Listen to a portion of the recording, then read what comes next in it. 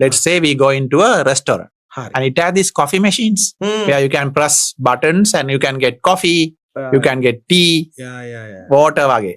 Right? So, variation. So you press one button, you get coffee. Press another button, you get tea. The machine, is it intelligent now? Is it AI? It is not. It is not. It is automatic. It's automated.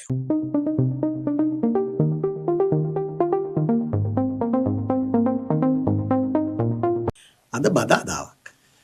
Yes, Wednesday. We are on a holiday. We are on a holiday. Why exactly has this happened? මොකද මේ බදාද නිමාඩු ඔක්කොනේ. No fuel. We had to buy fuel. Fuel queues. දැන් Polymer. ඔව් නේද? fuel polymer තියෙනවා. හරි petrol polymer තියෙනවා. දැන් එතකොට මේ ඔය petrol polymerත් එක්ක මේක ඇවිල්ලා තියන්නේ ඇයි කියලා වගේ ගත්තොත් එහෙම පොඩි යුද තත්ත්වයක් වගේ නිර්මාණයලා තියෙනවා නේද? එතකොට මේ යුද තත්ත්වය නිකන් මේ නොඑක ආකාරයේ නිවුස් ෆ්ලයි වෙනවා වගේ මට නිකන් පේනවා. ඒ වෙලෙම මේ නිකන් වාට නිකන් ඉන්ටරෙස්ටිං වගේ ඇහැට කැච්චෙච්ච නිවුස් එකක් වගේ තියෙනවා. I'll play. Amazon says drone strikes damaged 3 of its cloud computing facilities in the United Arab Emirates and Bahrain. The incidents followed U.S. and Israeli strikes in Iran over the weekend. Amazon Web Services says the incidents happened Sunday morning. 2 facilities in the UAE were directly hit, while in Bahrain, a nearby drone strike caused damage to infrastructure. The company says the attacks led to structural damage and power disruptions. In some cases, fire suppression systems were activated, causing additional water damage. AWS says it's working to restore services, but warns repairs could take time given the extent of the damage. Customers in the region are being advised to back up data and consider shifting workloads to other global facilities. Interesting. මොකද මේ data center එකට මම දැන් අපි fuel ගැන කතා කරනවා මම හිතුවා නිකන් මේ ඒ කියන්නේ fuel තියෙන මොන හරි ඒ කියන්නේ refinery එකකට වගේ attack එකක් තමයි interest එක කියලා බලද්දි ඒක නෙවෙයි වගේ නේ. ඒ කියන්නේ data center attack එකත් සෑහෙන බලපෑමක් ඇති වෙන දෙයක්. මොකද මේ Roshan data center and AI data and AI has a lot of connection. Like what is it? Maybe like for everybody's benefit, like let's expand on what a data center is. Probably. මොකක්ද මේ data center එකක් කියන්නේ? So if we say AI is our brain, how our brain works? It needs blood flow වගේ අපි කියමු blood flow. Some input, something has to go into the brain for it to learn, for it to act. So computer, so the data is at this place, and then data center is the place it all happens. All happens. ඇත්තටම වා කියන එක මට නිකන් හිතෙන විදිය නිකන් car එකක් ගත්තොත් කාර් එකේ එන්ජින් එක කොච්චර සිරා වෙලා තිබ්බත් මේ පෙට්‍රල් නැතුව දැන් මේ වගේ නොත්ත කාර් තියනවා දුවන්නේ නැහැ වගේ නේ ෆුවල් නැතුව. ඉතින් ඒ වගේම තමයි මේ මෙතන මේ මට හිතෙන විදියට data center උයි AIත් කතාවත්. يعني අර කියන වගේ කොච්චර ඇල්ගොරිතම්ස් ටික තිබ්බත් මොනවා කොයි විදියට තිබ්බත් දැන් මං හිතන්නේ ලාවට අන්තිමට කිව්වත් එක්ක මොනවා හරි බෑකප් කරන්න data වගේ විස්තරයක් ගියා. ඉතින් එතකොට මේ ඔක්කොගෙම අපිට පේන්නේ අර අපිට එළියට පේන solution ASSE තියෙනවා තව පොඩි කතන්දරයක් යට. ඒතර ඔය data centers කියන්නේ අන්න එහෙම එකක්. ඒතර ඇත්තටම මෙතනින් පේන්නේ මේ අපි ඔය particular යුද්ධයට මූණනේ වෙන්න ඕනේ නැහැ. ඕනෑම යුද තත්ත්වයක් ඕනෑම ආරක්ෂකත්වයක් ගත්තොත් එහෙම ඒ කියන්නේ බලද්දි අර ඉස්සර අපි කියනවා වගේ මේ මෙන්න මේ කඳවුරු හරි මේ දේවල් ටාගට් කියලා කියනවා වගේ බලද්දි data centers උ ටාගට් කාට උනත් සැබොටාජ් කරන්න ටැක්ස් වලට මේක ටාගට් එක ලොකු වැදගත්කමක් තියෙනවා. It's a big investment as well, right? So there are places like now Middle East and the rich countries. They have invested on these data centers. And that is part of the backbone of the AI revolution that's happening. We spoke about revolution last time. So exactly the last episode, right? Last episode. So it's related to the revolution, and its data centers is the center of. It's like the hub of it. Hub of it. So මෙතන මේ මාර අමුතු stat එකක් දකිනවා. මෙතන තියෙනවා මේ all data centers combined use as much power as some of the world's largest economies. Yeah. I remember reading something similar as well. It's somewhere like how much I think Japan type of a country or something. Yeah. Actually, here it's saying, yeah, you are right. Actually, at the moment, it has overtaken France's. Like if you put all the data centers together, data centers consume කරන මුළු energy එක ගත්තොත් ඒ energy එක ප්‍රංශයේ energy consumption එක exceed කරනවා. මේ මොහොතේ ගත්තා. හැබැයි 2030ට වගේ ගියාම කැනඩාව, ජර්මනිය, කොරියාව, ජපානය, රුසියාව ඔක්කොම ටික overtake කරලා තියෙනවා. ඉතින් මේ මට්ටමකට energy consume වෙන දෙයක් බවට මේක පත් වෙලා තියෙනවා. ඇත්තටම කියනවා. ඉතින් ඒකත් මට නම් පේන්නේ හරිම interesting. Energy is one, the other one things like cooling, water. Exactly. And so දැන් ඇත්තටම අපිට මේකෙන් මට පේන දේ තමයි මේ data centers වැදගත් කියන එක. හැබැයි data centers වැදගත් කියන එකත් එක්කම අපිට මේ එතන එන්න ඕනේ අනිත් point එක තමයි දැන් මේකෙන් ලොකු අවශ්‍යතාවයක් එනවා අපිට හරියටම ඒ අනුව මේ AI අනු කුමක්ද කියන එක ගැන චුට්ටක් ඉගෙන ගන්නත්. හැබැයි ඒ වගේම දැන් මොකද දැන් AI ගැන මොනවා ඉගෙන ගත්තත් අන්තිමට දැන් මේක කරන ගොඩ කට්ටිය ගත්තොත් ඒගොල්ලෝ මේක දකින්න opportunity business opportunity එකක් වෙන්න පුළුවන් වගේ මොනවා හරි දෙයක් වෙන්න පුළුවන් නේ. ඉතින් එතකොට ඒ අනුව ගත්තම එක පැත්තක් තමයි මේ investment කියන එක කරන්නේ. කියන්නේ අර මොකද කියන්නේ ආයෝජනය කරන. කියන රටවල් ආයෝජනය කරන. මට මේ මෙතන තව තත්ත්වයක් පෙන්නනවා මේ ඒ කියන්නේ එකක් තමයි මේ foreign investment in data centers is concentrated to a handful of countries. බලද්දි මෙතන මට ටිකක් සර්ප්‍රයිසිං එකක් පෙනෙනවා මේක ඇත්තටම මේ UN Trade and Development Organization එකේ report එකක් තියෙන්නේ රොෂාන්. ඒකේ මේ කියනවා ප්‍රංශය සෑහෙන මට්ටමකට ඉන්වෙස්ට් කරලා තියෙනවා future data centers. They are the largest නේ. Yeah, they are the largest. They are the largest. එහෙම එකක් පෙන්නනවා. ඒ වගේම නිකන් you have the usual suspects. What I mean by that is you have Korea, you have like United States, you have Brazil and Italy and all these countries, but there's a couple of maybe not complete surprises but interesting cases in places like Thailand and Malaysia. Yeah. So Thailand and Malaysia, because if you take Southeast Asia, Singapore is already there, and then Thailand and Malaysia now. Even we can see, even in our news, there is enough about what Malaysia is doing and what Thailand is doing. Yeah. ඒතොර මේක ඇත්තම AI investment කියද්දි දැන් අපි එකපාරට දැන් අපේ සාමාන්‍ය පුද්ගලයෙක් එකපාරට AI investment එක කියද්දි හිතේ මැවෙන දේම නෙවෙයි බලද්දි නිකන් AI investment එක කියලා මේ ඔක්කොම ලෝක බලවත්තුයි සංවර්ධනය වෙන්න බරන රටවලුයි ඒගොල්ලෝ ඔක්කොම invest කරන්නේ මේ වෙන කතන්දරේ. Data centers. One more thing, I mean, these are again big numbers. How much money, let's say ChatGPT, OpenAI is spending on training one new models. Like ChatGPT, now if you open, you get 3.1, 4.2, 5.3. These numbers are new models. Yes. Right? Good. We will, like you said, we'll discuss later. But with these models, for training one full model, guess how much money they spend? I'm just going to say like hundreds of billions. But look at that. So the exact number, OpenAI have released $200 million. Convert karna ko? $200 million. $200 million? More dollars. $200 million කියන්නේ කෝඩි කියන්න.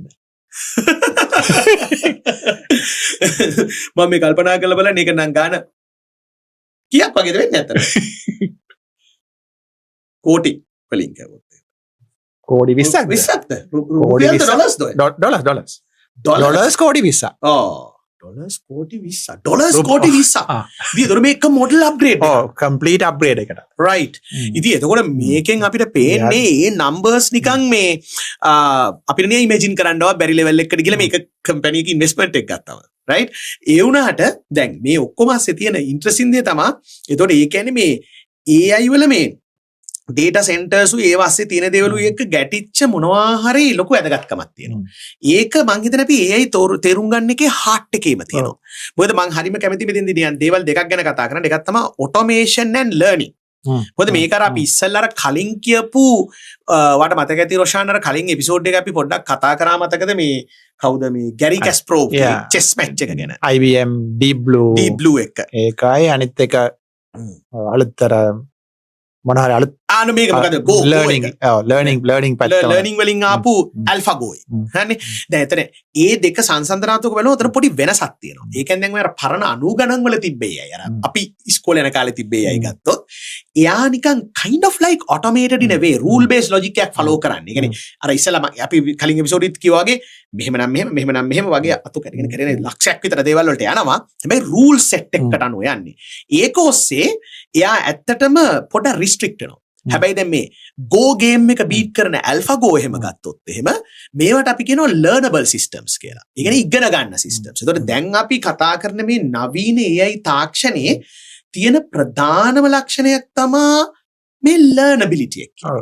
අනිත් එක the term machine learning AI now is And mostly deep machine learning deep learning Yeah. So that is ඇත්තටම මේ අර fundamental point when it comes to AI.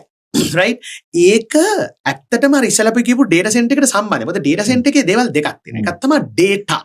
ඒ කියන්නේ මේකේ තියෙනවා දත්ත ගොඩක් තියෙනවා. ඒ දත්ත දිහා බලලා මෙයා ලෝකය ගැන ඉගෙන ගන්නවා. හැබැයි ඉගෙන ගන්නවා කියන එකත් අපි ඉගෙන ගන්නවා කියන එයාගේ නිකන් තියෙන ලොකු නොබ් ගොඩක්.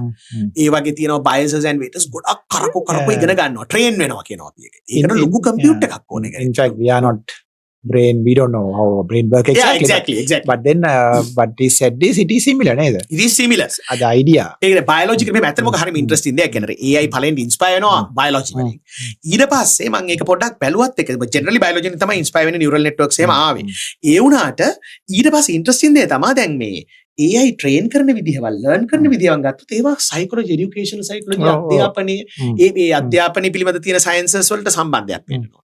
ඊළඟට මේ actual architectures හදන එක ගත්තොත් ඒක physics engineering mathematics වලින් ඉන්ස්පයර් වෙලා තියෙනවා. ඉතින් එතකොට ඔය කියන ඔක්කොගේම සංකලනයකින් තමයි මේ AI systems learn කරන්නේ. නේද? මතර learn කරන එකට මට ආව simple උදාහරණයක් මම නිකන් කියන සාමාන්‍යයෙන් audience එකේ කැමැත්තක් තියෙන ළමෙක් හරි කාට හරි වුණත් නිකන් මේ මොකද්ද මෙතන වෙනස කියලා තරංග ගන්න automation versus learning අතර. දැන් එකක් තමයි මම simple robots ලා දෙන්න එකද. මොකද හැම robotic system එකක්ම කියන්නේ අපි මේ දැන් කියන modern AI system එකක් නෙවෙයි. දැන් සමහර විට robot කෙනෙක් ඉන්න පුළුවන් perfectly automated to follow a very specific task. automate කරලා තියෙනවා. AI නෑ. ඒ කියන්නේ learnable නෑ. කියන්නේ යාට අපි කියනවා හරි මෙන්න තියෙනවා layout එක පඩිපෙල් පහක් නගින්න මෙතනින් වංගුවක් කපන්න මෙතනින් පැනලා අතෙන්ද යන්න. ඕ වගේ කතන්දරයක්. ඒකට අනුව යාව ප්‍රෝග්‍රෑම් කරනවා hard code කරනවා මේම හැරුණා මෙච්චර දුරකින් මේම හැරුණා. ඕ වගේ කතාවක්. දැන් තව රොබෝ කෙනෙක් අරගෙන අපි ට්‍රේන් කරනවා මිනිහට කියන්නේ ඔහම නේ. ඔයාට අපි කිව්වොත් මෙන්න මේතන ඉඳන් මේතනට යන්න කියලා. ඔයා යන්න ඕනේ. හැබැයි ඔයා යනකොට අපි ඔයාට පෙනල්ටි රිවෝඩුයි දෙනවා නිකන්. ඔයා වැටුනොත් හරි ඔයා එක ඒවා හැප්පෙන්න ගියොත් හරි අපි කියනවා මේක වැඩේ බෑ. මේ හරියන්නේ නැහැ. මේ ලකුණු කපනවා. හරිද? එහෙම නෙවෙයි මේම ඉක්මනට යන්න පුළුවන් නම් මේක ගොඩ. මේක ෂේප්. ඔය වගේ කතන්දරයක් අපි කියනවා. එහෙම කරලා යන රොබෝ ගත්තොත් දැන් ඔයාට අපි හිතමු අපිට හිතාගන්න පුළුවන් රෝෂන් දැන් දෙවෙනි රොබෝ පළෙන්ට අර මේ පොඩ්ඩ හැප්පිලා පොඩ්ඩක් අර පොඩි ළමයි වගේම වැඩේ කරනවා. යා හැප්පිලා ඉගෙනගෙන ඕමම 10 පාරක් විතර දඟලලා තමයි මිනිහා ලර්න් කරලා ඉගෙන ගන්න යන්න. මේ ඉගෙන ගත්තට පස්සේ එයා ටිකක් රොබස්ට්. ඒ කියන්නේ යාට අපි ඔය එන්වයරන්මන්ට් එක වෙනුවට අර පඩිපෙළ නැගලා වංගුව කපලා පනින එන්වයරන්මන්ට් එක වෙනුවට වෙන එන්වයරන්මන්ට් එකක් දුන්නා තේ රොබෝ යනවා. දැන් අර රොබෝ නැති පඩිපෙළ හොයනවා. ඒ මේ සමතල පොළවේ මිනිස්සයා පඩිපෙළ නගිනවා. he doesn't learn no. Maybe you are talking at it from like a learning point of view, but maybe from a utility, from how it can be used point of view, maybe I can also tell another example. Yeah. So I'll take another example. Let's say we go into a restaurant and it has these coffee machines where you can press buttons and you can get coffee, you can get tea, water wage. Right? So, variation. So you press one button, you get coffee. Yeah. Press another button, you get tea. Yeah. The machine, is it intelligent now? Is it AI? It is not. It is not. Yeah, that's good. It is automatic. Yeah. It's automated. Automated. Yeah. Anith eka mema kiyumuko. We have a machine. So this is the another machine which is learned. The machine has learned. Learning kata. Learn machine. Now this machine is there. I go close to the machine. It sees me and say, hi, Roshan. Good morning. It's early morning now. Can I give you a coffee? I know that you like coffee, in the morning. He has learned that you like coffee. So to make a machine like that, to converse and learn and look at what the time is, who the person is, what he or she would like at that time. ඒකට සෑහෙන මේ අර yeah. කියපු training වැඩේ වෙන්න ඕනේ. Mm. Training අර ආයිසල කිව්වා වගේ ට්‍රේනින් වැඩේ නිකම් වෙන්නේ නැහැ. ඔව්. නිකම් වෙන්නේ නැහැ. Mm. අර මොකක්ද ඒකට කියන්නේ මේ ෆුවල් එක වගේ එක ඕනේ. දැන් අපි ඔක්කොම ඔයලා දෙන ෆුවල් එක වගේ එක ඕනේ. හරි. එතකොට දැන් ඕකෝස්සේ ගියාම ඇත්තටම මේ ෆුවල් එක ගැන කතාව දැන් මේ ඩීප් ලර්නින් ඇත්තට මේ වචනේ නිකන් අපි දැනට දාමු ලොකුවට විග්‍රහ කරන්න නැතුව ඩීප් ලර්නින් කියන්නේ ටිකක් ගැඹුරු ආකාරයක අපි කියමුකෝ අධ්‍යයනයක් කරන්න පුළුවන් විදිහ ආටිෆිෂල් නියුරල් නෙට්වර්ක් එකක් කියලා. එතකොට ඒ වගේ ඩීප් ලර්නින් ක්‍රියාවලියට ගොඩක්ම මේ පෙරගාමී වෙච්ච මේ ලේඩි කෙනෙක් ඉන්නවා. ඒ කියන්නේ මේ ෆේෆේලි කියලා. දැන් එයාගේ හරි ඉන්ටරෙස්ටිං ස්ටෝරීස් කීපයක් තියෙනවා. එතනින් මේ වැදගත්ම එක තමයි මම හිතන්නේ එයාට පළවෙනිටම එයාගේ ඉන්ස්පිරේෂන් එක ගැන අපි maybe we should connect it to the last episode. We were talking about, we stopped at deep blue katawa neda. yes. So deep blue, Yes. and then deep blue we had after deep blue we had this winter. winter. yes. drop උන එකක් Oh, වුණා. oh. ඉස්සරගේ බම්පි ride එක. ඔව්. So after the drop, one of the people who worked Right. hard at that time Yes. to the next stage, Mm. machine learning, Yeah. or the මේ Fefeli. Yeah. Yeah. Fefeli. එතකොට එයාගේ මොකක්ද නිකන් Yeah, insight. Inspiration එකට You also want to say some insight. Yeah, go ahead. the insight yeah Oh. the insight එක කියන්නේ ඉතින් මෙහෙමයි ඇත්තටම මෙයා දැන් අර වයිසලා කිව්වා වගේ මේ වින්ටර් එකේ රිසර්චර්ස්ලා හැම වෙලේම නේ වැරදුනේ කොහෙද ඇයි මෙයාට බ්‍රෝඩ් ඉන්ටෙලිජන්ස් එන්නේ නැති එක ඉතින් මෙයාගේ එනවා තියරි එක මෙහෙමයි සමහර විට මේ දැන් එයාට අදහස් එන්නේ පොඩි ළමයි ඉගෙන ගන්න විදිහ පොඩි ළමයි වටපිට ලෝකේ තියෙන සියලුම දේවල් දිහා බලලා තත් එකතු කරගෙන මේ පින්තූර කියන්නේ එයා දැන් අපි එයා ඒක විග්‍රහ කරන්නේ ඒක කැමරාවක් කෙලවරක් නැති මේ කෝටි ගණන් ඉමේජස් ගන්නවා කියන එක. කෝටි ගණන් ඉමේජස් මෙහෙම ගන්නවා තමන්ගේ millisecond you get a new image. 200 millisecond. මේ සතේ කරගහ කරකද මේකද. එතකොට ඒකෙන් තමයි යා ලෝකය ගැන විග්‍රහ කරන්නේ. So එතකොට much of so data. much of ආයතර වචනේ data. right? ඉතින් එතකොට මෙයා ප්‍රොපෝස් කරනවා ලොකු data set එකකට යන්න ඕනේ කියලා නේ. vision එකට නේද? ඔව් vision වලට ඇත්තටම computer. කියන්නේ computer vision කියන දේ. Can we make the computer to see? හරියටම හරි. ඒකේ මං හිතන්නේ ඔය නම්බර්ස් ටිකක් තිබ්බ හරි ඉන්ටරෙස්ටිං වීඩියෝ එකක් තිබ්බ රොෂාන් ඕන්න පොඩ ඒක ප්ලේ කරලාම අපි විග්‍රහ කරන්න ගමු. And that's just one object. So about 8 years ago, a very simple and profound observation changed my thinking. No one tells a child how to see, especially in the early years. They learn this through real world experiences and examples.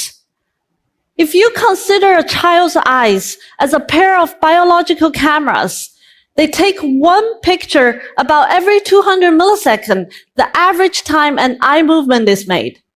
So by age 3, a child would have seen hundreds of millions of pictures of the real world. නම් දැකලා ඇති. ඒ අනුව බලමු එයා කොහොමද එකතු කරේ. Oh, collecting the okay. This is the දැන් ඔන්න ආව යාට මීටර වෙච්ච දේ. Were created. We downloaded nearly 1 billion images and used the crowdsourcing technology like Amazon Mechanical Turk platform to help us to label these images. At its peak, ImageNet was one of the biggest employers of the Amazon Mechanical Turk workers. Together, almost 50,000 workers from 50,000 workers in 167 countries. 167 countries around the world helped us. So to collect that billion. නිකන් මේ data ටික අරගෙන collect කරලා label කරන වැඩේ තමයි මේගොල්ලෝ මේ කරන්නේ නේ. 50000 මිනිස්සු 167ක් රටවල් වල. මේකෙන් හදනවා ImageNet එක. ImageNet එක දිහා බලලා train වෙච්ච AlexNet කියන deep learning network එක ඔච්චර කාලයක් තිස්සේ AI වල තිබ්බ performance benchmark ටික ඔක්කොම අපි කියන වගේ shatter කරනවා. අර උසේන් බෝල්ට්ගේ නිකන් අර shattering 100 meter run එක වගේ. ඒනේ කෙලින්ම මට ඒක හොඳට මතකයි මොකද මං හිතන්නේ ඒක සාපේක්ෂව මෑත උනේ. එතකොට මේ 2012 වගේ මට මතක හැටියට මේ එතකොට ඒ කාලෙදී තිබ්බ අනිත් ඒවා ඔක්කොම අර බොහොම අමාරුවෙන් 170 80 වගේ අර කිනෝගේ බඩ ගාගෙන එනකොට මේන් එක පාට 199 ගණන් වලට යනවා. ඒක තුලින් අලුත් data set නිර්මාණය කරන්න. මේක ඔච්චර කාලයක් තිබ්බ data sets මදි. මොකද ඒකට හේතුව දැන් අර ලෝකෙම දැක්ක එක්කනට ඒක චූටි දෙයක් වෙන්නවම නැති. Useless. ඒකයි උනේ නේ. ඉතින් එතකොට ඒක හරිම මේ ඉන්ට්‍රස්ටිං හැබැයි ඔක අර එයාට මොනවද ඔයාගේ ප්‍රොෆෙ ඒ දවස්වල අනිත් කලීග්ස්ලා මොනවද කියන්නේ ඒකත් තිබ්බා. Some very friendly colleagues advised me to do something more useful for my tenure. And we were constantly struggling for research funding. Yeah, he's saying go and do something useful. කියලා කිව්වා. මේ පින්තූර ගන්න වැඩේ නවත්තලා වානියා වැදගත් දෙයක් කරන්න. But on a serious note, ඔව්. things like what she has done Yeah. is the starting point for the next generation of AI. Exactly. ChatGPT even. all of those, right? All of this. Yeah. And- ඒ කියන්නේ risk ටේක කෙනෙක් වෙන්නත් ඕනේනේ. වෙනස් දෙයක් කරන්න ඕනේ කියලා අපි කිව්වේ. Yeah. AlphaGo Ah. is something on the same nature. Same මේ. Yeah. ඒ කියන්නේ ඒ විදිහට ලර්න් කරගෙන යනවා. දැන් ඔය ඉස්සලා කිව්වාගේ chat GPT ගත්තොත් එහෙම අර ඔය ඉස්සලා නම්බර්ස් ටිකක්ම කිව්වේ මේ මොකද්ද මේ මට මතකයි කෝටි 30ක් හරි කෝටි 20ක්. කෝටි 20ක් වගේ Dollar ඩොලර්ස් ගාණක් යනවා මේ එක version upgrade එකක් වෙන්නේ. ඒ යන්නේ වෙන මොකටවත් නෙවෙයි. ඔය කියන ආකාරයට මේක කොච්චර ඉගෙන මේක මෙයාට උගන්නවන්ට. මෙයාට කියවන්න උගන්නන්න බේසිකලි කියනවා. ඒ කියවන්න උගන්නන එක ඇත්තටම වෙන ක්‍රියාවලිය එයාට ඒක කියවල ඒක තුල ඊළඟට එන දේවල් ගැන පොඩ්ඩක් ගෙස් කරන්න කීම තුලින් තමයි ටික ටික knowledge එක ගන්න. ඒ ගන්න ක්‍රියාවලිය කෙසේ වෙතත් ඔය කියන ලොකු data burden එක තියෙනවා. මේ ඔය data burden එකේ කෙනවා රොෂාන් හරි ඉන්ටරෙස්ටිං ප්‍රශ්නයක් මේක එක languages ගත්තම. දැන් අපි ඉංග්‍රීසි වලින් ඔය ගොඩක් ඒවා ට්‍රේන් වෙලා තියෙන්නේ. දැන් අපේ රටේ ප්‍රධාන භාෂා දෙක තියෙනවා සිංහල දෙමළ. දැන් අපි ඉංග්‍රීසි මීඩියම් ළමයෙක්ට උදාහරණයකට ChatGPT හරි Grok හරි DeepSeek හරි මොනවා හරි ආකාරයක LLM එකකින් එයා මේ ඒකෙන් කරන්න පුළුවන් වැඩ ටික ඒකෙන් කරන්න පුළුවන් වැඩ ටිකත් එක්ක බලද්දී සිංහල හෝ දෙමළින් මේවා කරන්න ගියොත් ගොඩක් ආකාරයක අඩුපාඩු හැමහෙවීම් වෙනවා. මොකද හේතුව ඒ particular large language models ඉංග්‍රීසි තරම් අර සරලවම කියනවනම් සිංහල දෙමළ පොත් කියවලා නැහැ වගේ දෙයක්. සරලවම කියනවනම්. Okay. Why not? Why not? Because we don't have those books. ඒක තමයි. ඒක නේ අර පොත් කියන. පොත් කියන්නේ පොත් එක කියවලා නැද්ද පොත් නැද්ද? පොත් නැද්ද? ඒක තමයි. data තියෙනවද? data නැති ප්‍රශ්නයක් තියෙනවා මට හිතෙන්නේ. මොකද දැන් ඕකේ ඔයාලට මතකද දන්නේ අර ඔන්ලයින් මීටින්ග්ස් වල රොෂාන් දැන් අපි ගියොත් එහෙම ඉබේම ට්‍රාන්ස්ක්‍රයිබ් වෙනවා if we conduct the meeting in English ලස්සනට මීටින් එකේ ඔක්කොම ටික මිනිත් වෙලා ඒ විතරයි මෙන්න මේන් පොයින්ට්ස් ටික මෙයා කිව්වා මෙහෙම එකක් මෙයා කිව්වා මෙහෙම එකක් කියලා එනවා. ඔව්. හැබැයි අපි දැන් මේ කතා කරනවා කියන්නේ සිංග්ලිෂ් මෝඩ් එකට ගියොත් එහෙම මිනිස්සයා full confused. මොකද හේතුව අර ආය low resource problem එක එනවා. මේ low resource කියන වචනේ ඇත්තටම හරියට low resource languages නේද? ඒක නිකන් අපි throw around term එකක් හිට ගත්තොත් ඒකට ප්‍රධානම හේතුව වෙලා තියෙන්නේ ඔය කිව්වා වගේ අර data මදිකම හෝ data වලින් train වෙච්ච මදිකම. එතකොට ඇත්තටම අපි අපේ රටේ ගත්තොත් එහෙම මට ඇත්තට මේකත් නිකන් පොඩක් වාගෙමුත් අහන්න ඕනේ කියන්නේ ලංකාවේ යම් දේවල් ගැන විග්‍රහ වීමක් වෙනවා AI සම්බන්ධයෙන්. හැබැයි දැන් මෙහෙම මේ data මේ වගේ අපේ රටේ ප්‍රධාන භාෂාවල් දෙකේ මේ වගේ low resource language දෙකක් මේ දෙකට මේ අනුව මෙහෙම ගොඩාක් data collect කරන්න ඕනේ. දැන් මෙතන මේ FFLE images collect කරා වගේ ලොකු ව්‍යාපෘතියක් දියත් කරන්න ඕනේ කියලා හරි මොන හරි. Yeah, definitely. Okay. So one not definitely is the low resource languages. Yeah. Sinhala and Tamil. So there are even the national government is interested in. They have started a few projects. And also various other entities are looking at how we can collect it. Now the good part is if we collect the data, we know how to use it. Yeah. Not like those days. Exactly. The only thing is like convincing lot of people that this routine mundane task of collecting, annotating and curating data is an important thing. Don't talk about it. Convincing people about it. Because I mean collecting data is okay. If fuel example, we are talking about fuel earlier. Yeah. Fuel example, taking fuel, crude oil, and bringing them to petrol here is a big process, neda? Exactly. අන්නේ වගේම තමයි. අර එතන තියෙනවා that's the dirty work to be done නේ. හරි දැන් මෙතනත් අර නිකන් AI කියවම කට්ටිය කැමති අර නිකන් අර අපි කලින් එපිසෝඩ් එක කරා වගේ අර fake videos හදන ඒවයි image වලින් එක ඒවා generate වෙනවා අර ලස්සන වැඩ ටික. එනට මෙතන boring වැඩ ටිකක් වෙන්න ඕන පිටිපස්සේ තිරේ පිටුපස. ඒ ටික නැතුව ඔය කියන මොකුත් magic කරන්න හම්බෙන්නේ නැහැ.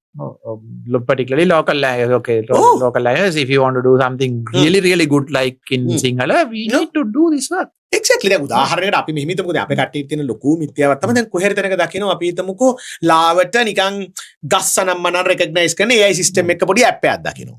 අපේ අය හිතනවා එක පාටම දැන් මේක use කරලා තේ දළු වල මේක ගන්න පුළුවන් මෙහෙම කරලා. එහෙම ගන්න බෑ. මෙහෙ ආපහුව අපි එහෙනම් අපි ඇත්තට මෙහෙම ව්‍යාපෘතියකුත් යනවා මේ University of Peradeniya අපි දෙන්නම වැඩ කරන මේ multidisciplinary AI research center mark එකේ.